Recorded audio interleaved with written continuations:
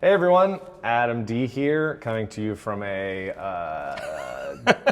unfiltered underbelly of the Las Vegas Convention Center. Normally they don't let you in here. And we had to sneak in. Yeah, so this is coming to you not live, but we are recording this at DEF CON on Friday. It's at the end of the first day at about 20, but I don't want people out there to get any ideas. 4:18 p.m. right now. I have with me the man. Hello, hackers.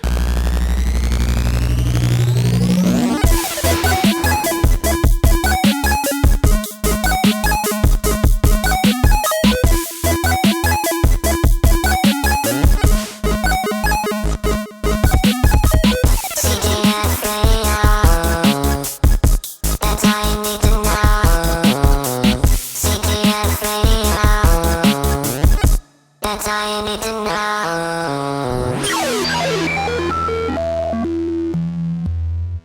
Yeah, you know him from that. He doesn't even need anything else. Exactly. It has been kind of a strange DEF CON. I noticed something weird. We're not really drunk right now. So yeah, exactly. How did the AIxCC announcement go? AIxCC announcement went. So here's the thing to build the full suspense. All right. Suspend the people. Even Everyone is, how did we do? How did everyone? And obviously we have these now deeper personal connections with everybody. Mm-hmm. And so I walk into the room and I'm going, good luck. And I'm like, wait a second. But yeah, no, good luck. And they're saying good luck. And so it's just such a different world because in the CyberGrand Challenge, the entire final round took place live, and we were sitting on couches in the team area of this massive room, just kind of sitting around for 8 hours. And everyone is like, here I am.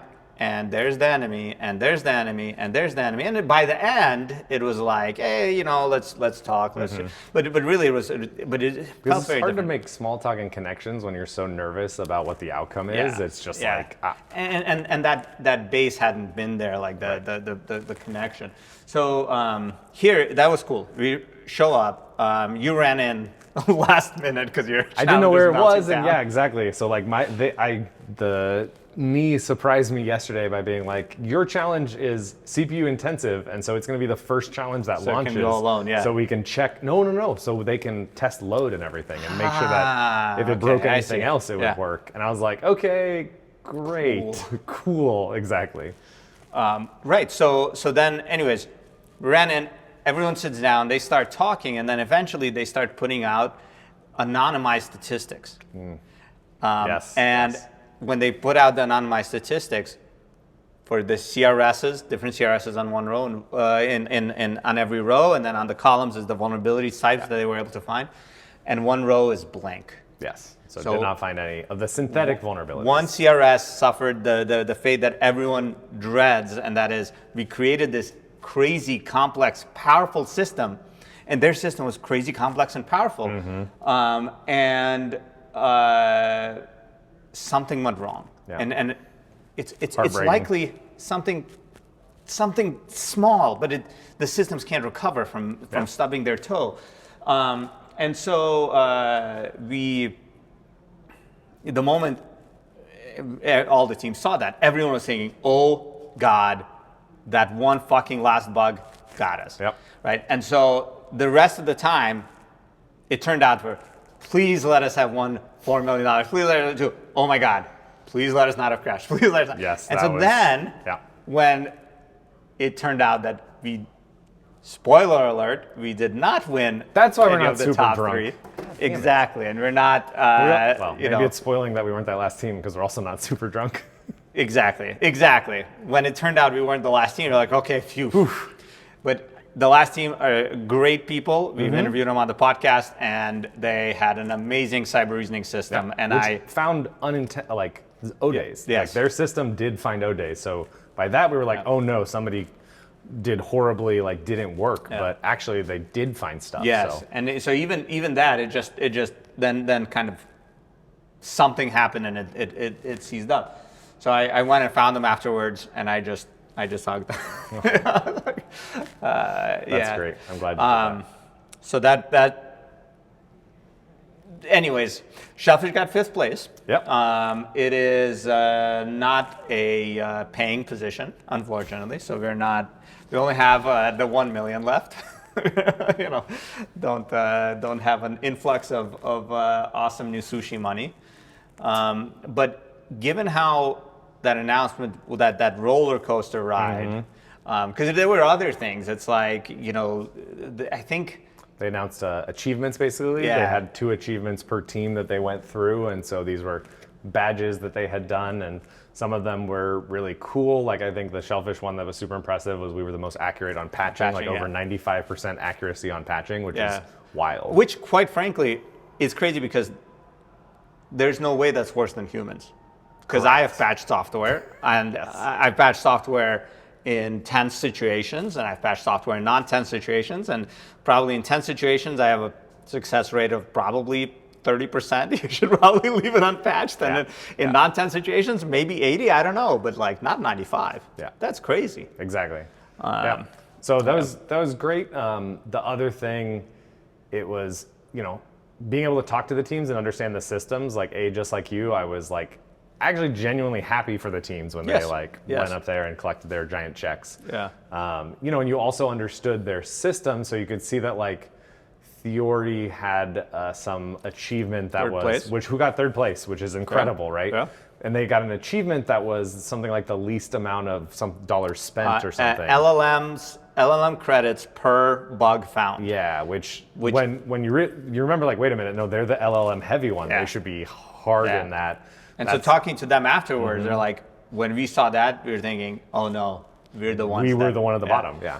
And no, they pulled it off great. I mean, which is incredible, right? So their system might have had a bug and didn't even do as well as it could have, which is also heartbreaking. But it's hard to be heartbroken with $1.5 million. I think eventually you will get over it and you'll fix those bugs, and it'll be like the CGC is now, right? Yeah, it's and a in distant fact, memory, and people have built on it. Talking to them, they've continued to build on it, right? They've found a lot of bugs afterwards when they started applying it to more and more things.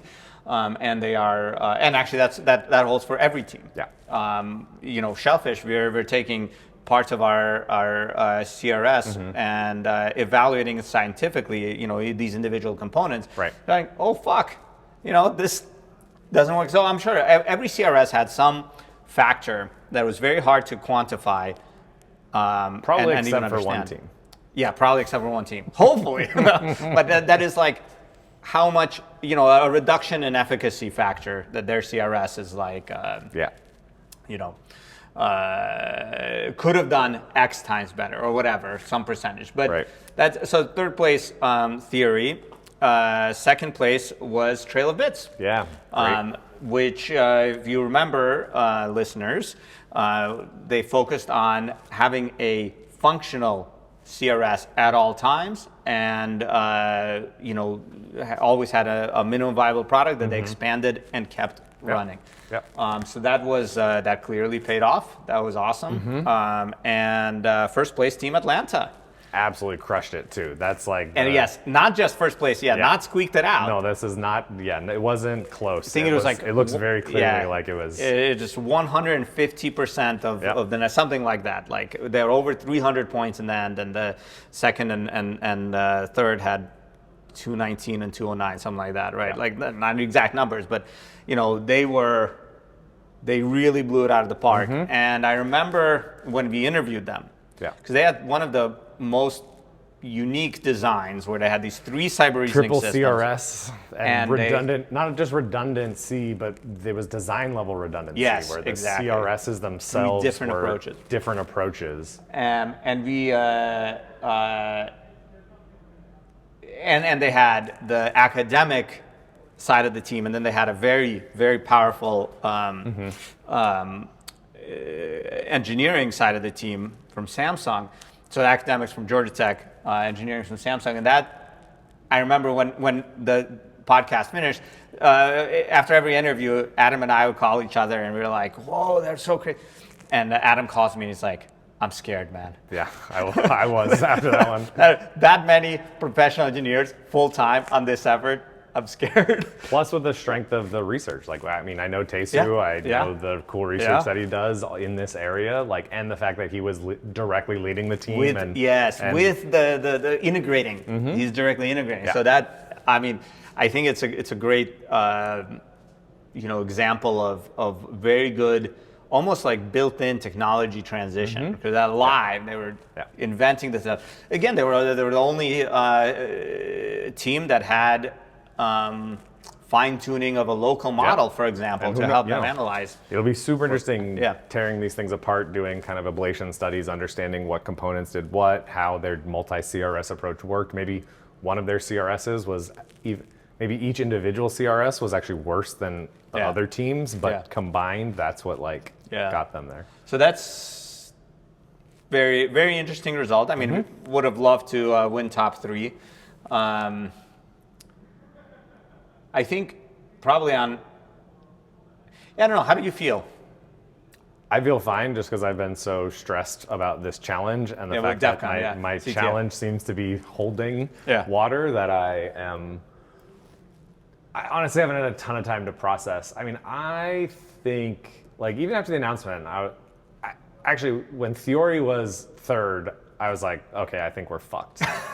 I was like, fuck, I had them as like top 3. And if they're 3rd, I was like, oh shit.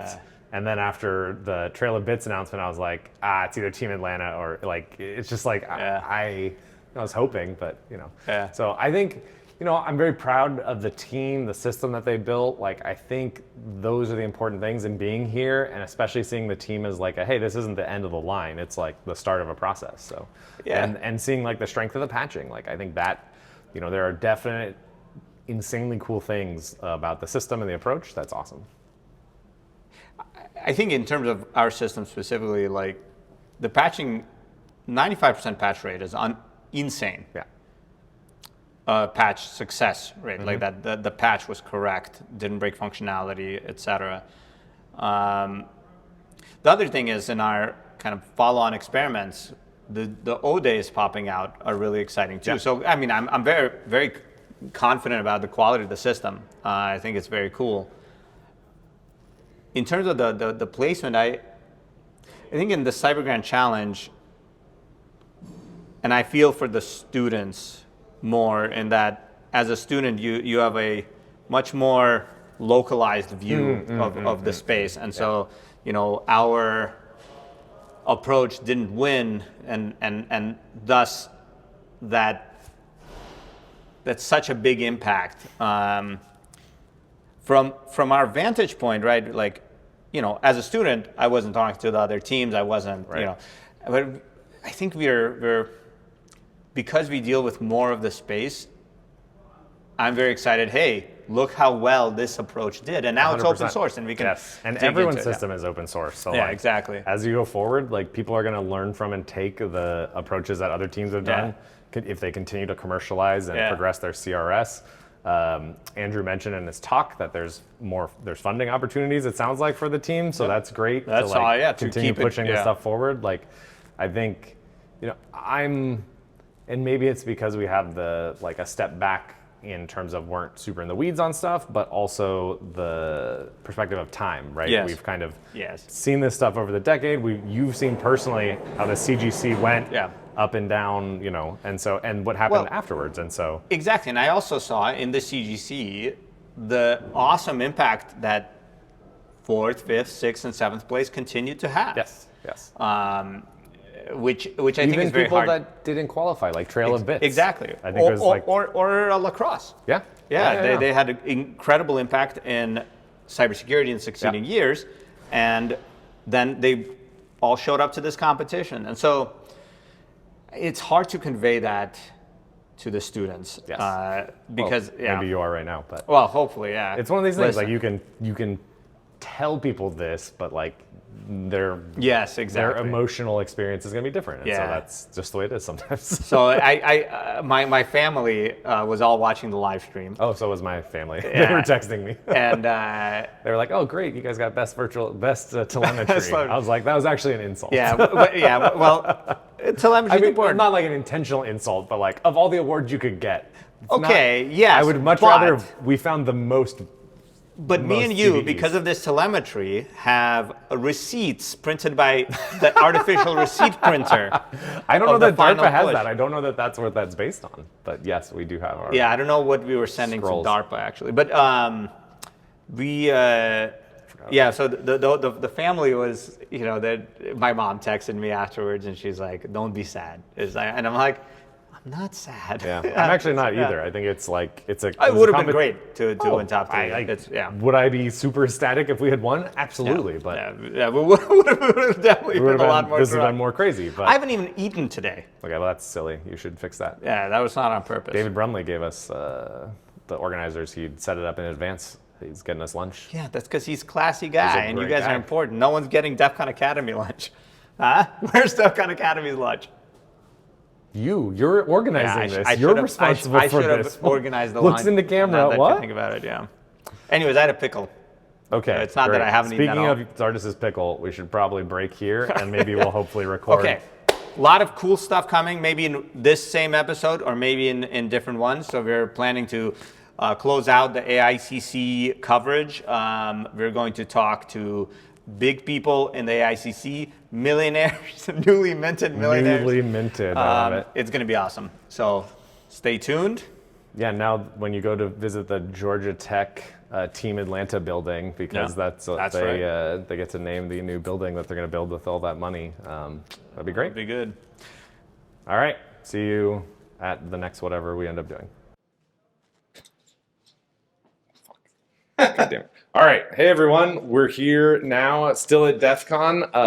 Everyone is definitely doing normal things.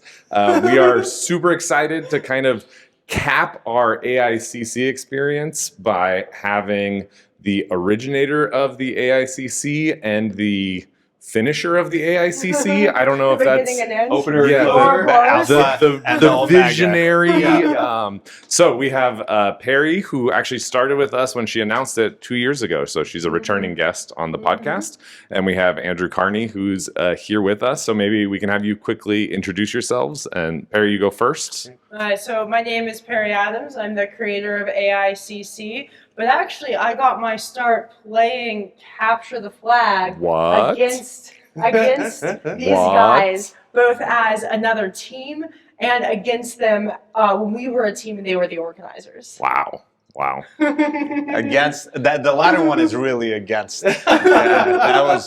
That was pretty good. Yeah, and that was not fair because that year we had 24 teams, right? So it was 24 against 1. That's true. That's and That's right. Bad ratios. a lot of my experience playing Capture the Flag and engaging with that community fed into the idea of AIxCC and the creation of the competition. It was very formative. So, quick tangent of that year. Our first year, 2018, hosting DEF CON CTF.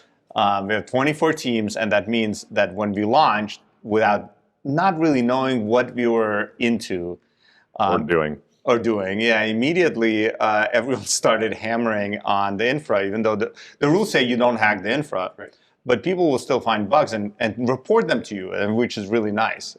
And we were suddenly overwhelmed with numerous reports of, hey, you guys use SSH for us to, git push patches for our services, and you forgot to disable remote port forwarding. Stuff like that. Oh, that's right. One of those came from, I think from our PI side, there was an unauthenticated endpoint that they found. Yes. I learned, I think, a lot that CTF year. I also enjoyed the location of the competition.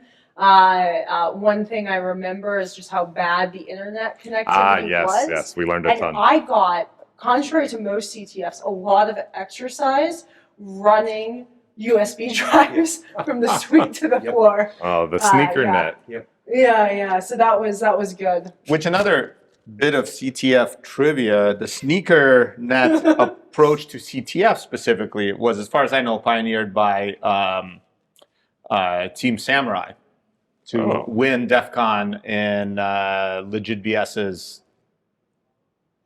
first year, or DD Tech's last year. When did they win DEF CON. I guess it wouldn't be detect. Incredible. Yeah, this is of course a hypothetical Yeah, story. totally. Yeah. CTF knows no bounds. Yeah. Yeah. Meanwhile, us as organizers, every once in a while, we're up on the stage, et cetera, and hotel security comes up and I was just thinking we're that. looking for such Yeah, and such 2019. person. Yeah. Yeah, Exactly. or like we don't know who that is. It's definitely somebody we didn't hear about, or was a PhD advisor of ours. Like we don't know who that person could possibly be. I mean, at least at DEF CON, you've got a huge, like you've got a stack of needles, right, to find that needle in. Yeah, Right? exactly. Like, plenty of folks to blend in with. Yeah. That is. How many Italians could there possibly be? Yeah, exactly.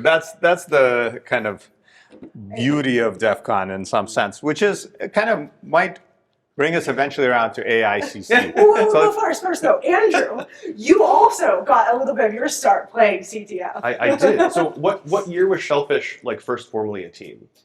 2003, five was Okay, first yes. formally a team. So Yeah. my first DEF CON and also my first CTF and also the only time I've been on a first place team was 2008. So we played again. You were my first opponents in my first. Wow. And the thing that I remember I'm Andrew Carney. I'm a program manager at ARPA-H and DARPA, and I have had the distinct honor and pleasure of fielding AIxCC from Perri's amazing beginnings to its current glorious end. But yeah, I remember that first year being overwhelmed, like not sleeping at all. It was amazing.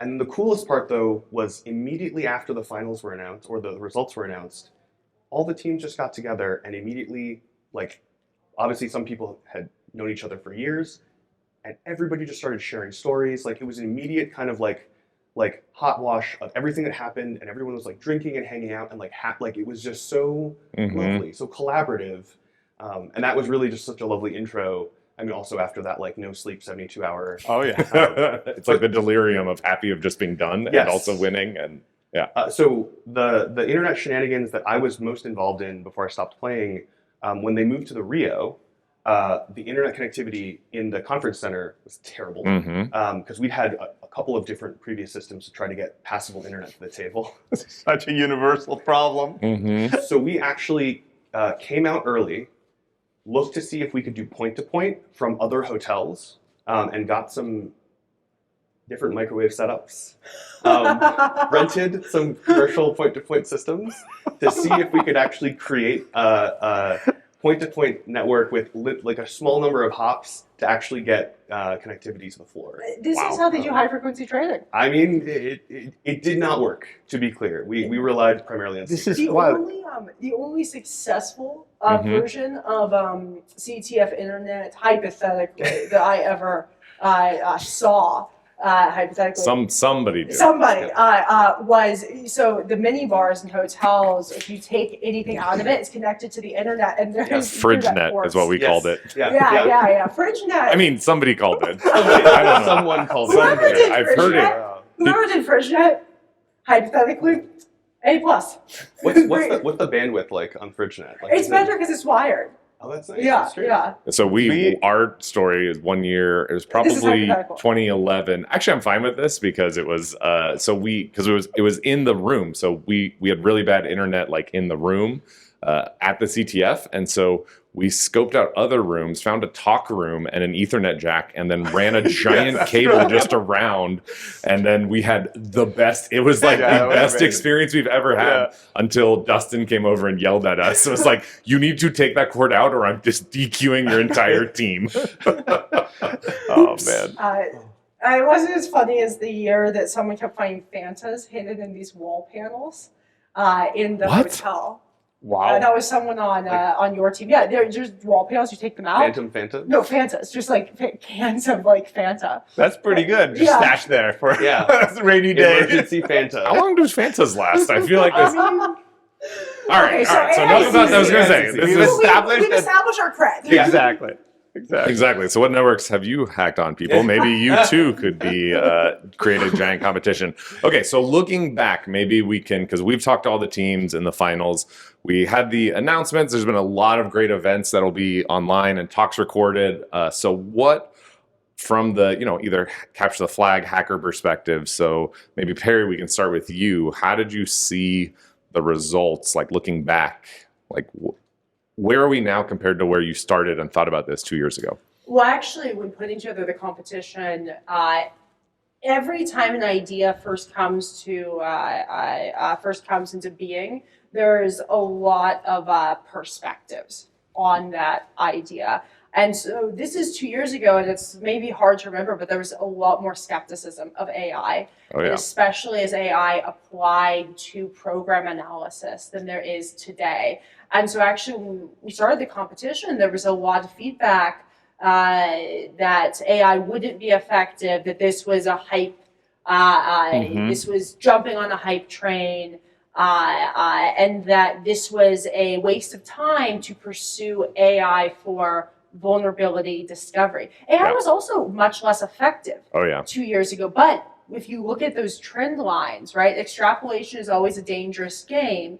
But DARPA is about putting big bets, making big bets, and seeing them to fruition. And I think that in this case, the bet has really played out quite nicely. I'm really, really impressed by the team's results. I think all 7 of the teams in finals put their hearts and souls into the competition. And you saw skeptics converted to believers. I was talking to some of the folks that competed in the semifinals and the finals. It's made it through all the way to the end, even placed. And I said, I remember talking to you last year and at the beginning of this competition, and you said, well, I'm going to compete, but I don't think LLMs are going to be that game changing. And now you're here extolling to me the value of LLMs. And I think that has been a really, really phenomenal aspect of the competition is you got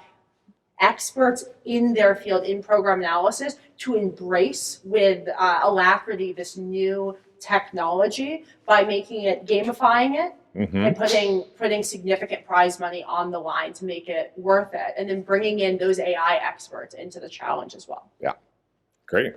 We didn't talk to a single person who didn't become a convert, which is very interesting, the whole competition. He's shaking the camera. He's like an insane person. We're recording a thing and he's just shaking the thing. How did you deal with it? I actually, so I would say I was interested in the opposite, where you were seeing, I was just talking about this with Dr. Kemp on the winning team. You're seeing far less use of, for instance, symbolic execution than I think was initially expected by some of the teams, or much more combined use of symbolic or concurrent execution with LLMs, and that's a really interesting result as compared to past competitions in this space. And I think part of that is by using real-world software for the competition, moving away from a gamified environment makes symbolic execution much less, I think, my hypothesis when starting the challenge is that it would be much less effective in a real-world environment without combination with LLMs. And I think that has been a result of the competition that I was not surprised to see, but I think is a really important benchmark in this research space. Yeah, great. I definitely agree. Andrew, what do you think now that it's a year? I can't remember exactly when you took over, so my timing may be a little off, but looking back, like what's kind of your reflections on the competition? I mean, I remember, when Perri, the first time you talked to me about AIxCC, I mean, even before you were one of those many perspectives she was talking about. Perhaps. Andrew was always very, very excited about the competition. Andrew always saw the vision. But part of that too was the open source requirement for the teams, which was not. I mean, I don't want to put words in your mouth, but was that getting consensus that was like the right path forward was not a trivial feat for you, I think, but it was the right move, and because I think it changed the conversation today, right? That like one of the pieces with, I think, kind of black box, magic solutions or anything that's hype hyper vibey, is trust and like transparency, and the idea that you can do these incredible things, and then obviously the benefit I think collectively is huge, just being able to share that knowledge, but also you trust it because you know what it's doing, right? You know that like this is not just a set of black boxes, like the Russian doll black boxes, right, that are uninterpretable. These are complex systems doing interesting things with interesting, hard to understand technology. But at least we can understand a whole lot more of it. Yeah, just the ability. Thinking back on that, my first DEF CON CTF, like folks were immediately sharing strat. Like no, it didn't feel like people were holding back. They were immediately able to have these immensely collaborative discussions that moved the CTF space forward. Yeah. And so having the open source requirement really feels like it moves the field forward in such a dramatic way that where everyone is able to kind of partake. And I think that was one of the aspects of the competition about which people had many differing perspectives. But I would say it was never for me, it was never a point of debate. That was going to be the way we ran the competition, or there was going to be no competition, because without the open source requirement, you really do not have a competition worth doing, because these tools really require community effort and engagement to take them to the next level. There's also not as much of a immediate commercial interest in securing software as we'd like. This is why the US government has historically played a really large role. But there is actually commercial interest when you frame it and tee it up well. And I think that's something that the design of the competition has done. That's something Andrew's done in leading the competition in the finals. That's something that all of the teams have done. What we've seen is these university teams, the professors leading them, are worried they're going to lose PhD students because all of them have offers from the big AI labs. It came at the right time for this. And what excites me so much about that is not just that we're seeing commercial interest in this technology, maybe not as folks originally envisioned it, but I think in a way that will be really effective, but that we're also seeing at the advent, at this crucial time when it comes to these AI coding pieces of software, hopefully what we'll see is the integration of program analysis, vulnerability discovery, security tools in that software from the experts in that space who worked on this competition. And I think beyond the code, the other thing is the data from the competitions too, right? As like, maybe it wasn't as clear 2 years ago that like data sets are so critical to improving these AI tools, right? They're sucking in everything, and the better benchmarks we have, the better data that we have. So having the data of the competition be available is so great. I mean, go ahead. I was going to say, after the CGC, we tried to write a research paper with the other top teams, and it just really quickly collapsed because everyone's like, we're not going to talk about anything. And I'm like, well, what are you? So the paper didn't go anywhere.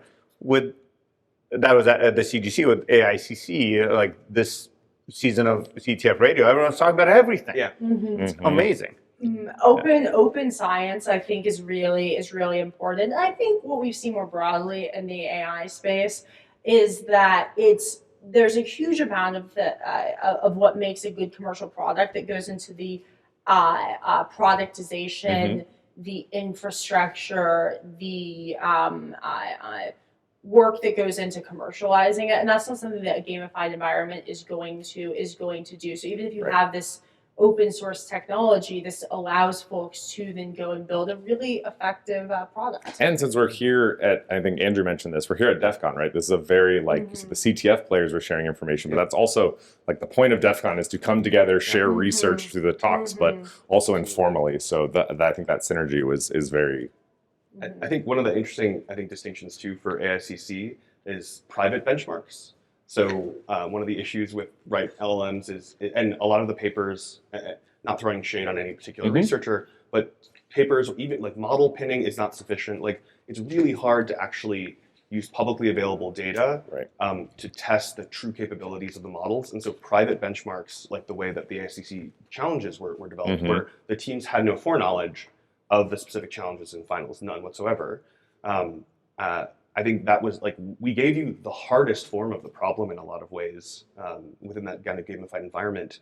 And so I think it's gonna be really exciting to see like what's the minimum amount of additional information that really like accelerates and you know, as a force multiplier for the kind of future developed tech. Like I suspect there are some really like interesting inflection points on sort of performance when you start adding in additional information, but it's probably and iterating on those results too, right? Yes. Is being able to like learn from even the high level or maybe some detailed stuff, like really push these systems to where they need to go. So it sounds like you don't see this as the end of AICC or the end of, let's say, automated cyber reasoning systems. I don't think what was done here, like the impact will continue to sort of echo like into like. Things have changed, I think, fundamentally, like by making everything open source based on the performance combined of all the teams. Like you guys did something incredible, and that's the new floor, that's the new bar for a lot of this. And so, yeah, I think it's going to have to be that shove, right? That big push, like we've all been talking about leveraging these tools better and iterating on it. But I think, you know, it's. I see a continuing importance for kind of private benchmarks so that we can have a neutral, like, to make that data truly valuable, it has to be kind of pristine and like unbiased, right? Right. So I think private benchmarks will play a big part there, but also just program understanding, right? Like I think one of the promises of LLMs that like it's all program understanding, or you know. It reduces down to program understanding in a lot of ways. So like designing more complex systems, like doing more computationally with hardware we have. There are all these optimization problems that are potentially, you know, are out of reach of individuals or even small groups, but like maybe we can leverage a gajillion GPUs, you know, or the right models, the right ensemble of models to take on problems like this. And so I think program analysis, like without sounding too dramatic, like potentially unlocks, you know, a lot of different kind of avenues of technological progression outside of just software security through really understanding like true program understanding. And I really agree with that. I think that this is just the beginning, actually. Now that everything is out there, you're seeing teams already scheduled to do talks about the tools that come out, to talk about their technology, to actually be able to exploit. I mean, I've had a lot of requests to come chat about this, and I've had to say, okay, folks, once August happens, then we can go and talk about what we're seeing come out, etc. I assume Andrew's the same. I think that what comes out in the next year, the papers, the tooling, how people build on top of it. We saw that in CGC. I think we're going to see that. We're going to see that here. So I think the fun is just beginning. Yeah, for sure. So bring it back to capture the flag. Okay. CTF Radiooo. I've heard of it. Why should the CTF players care? Oh, that's great. Why should the CTF players care about the results of the AICC and the systems? The first answer is that I think that program analysis tools, automatic vulnerability discovery tools, are actually most effective in a gamified environment in which you can apply a number of pre-known constraints that you can't on real-world software. So simply from a team tooling perspective, this is great stuff. I mean, honestly, not to throw shade on the Anger, but I've seen Anger used the most in CTF. I've also seen it used in real-world context. But right, which makes sense. The constrained environment of a CTF, the constrained input, you know. And actually, from a automatic analysis perspective, where we've seen a lot of impact, even from those kinds of tools, is in the real world when folks are able to design vertically, integrate vertically entire system that's designed for these tools. But I also think there's going to be interest simply because I was just talking about this with Dr. Kim. There are what teams compete in AICC that don't have at least a couple CTF players or former CTF players on the team. There's a reason. Yeah, for they were that. depth score root, right? When they won DEF CON our first year, right? Yep. Yeah, I Many was- of them.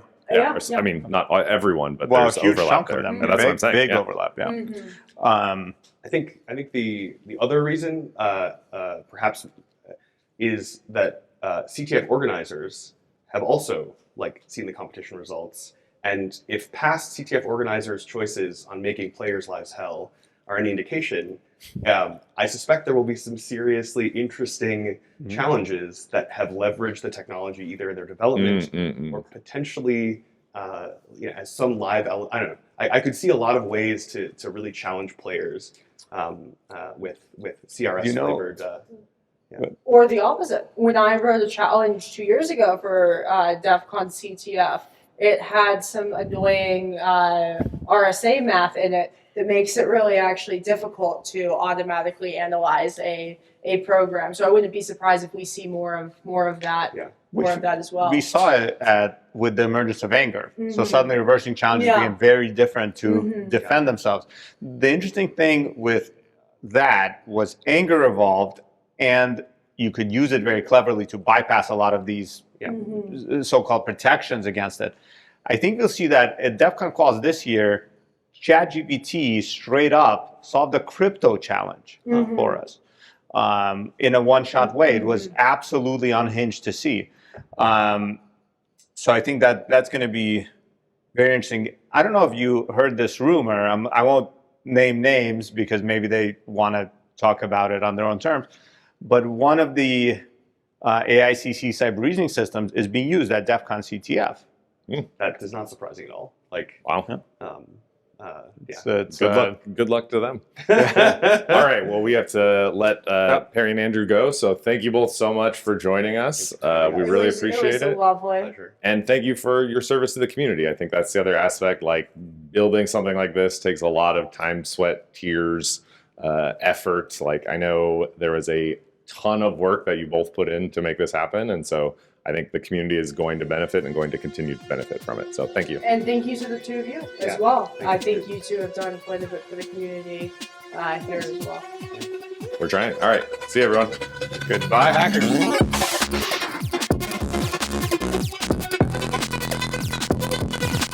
This episode of CTF Radio is produced by Adam Dupay. Theme music provided by Swarty. Lyrics by Carleen Dupay. Algorithms, Easter eggs. It's all about the hack. Python, chaos. Nights of sleep never getting back. New or leak. Make your best attack, because it's all for the glory of capturing that flag.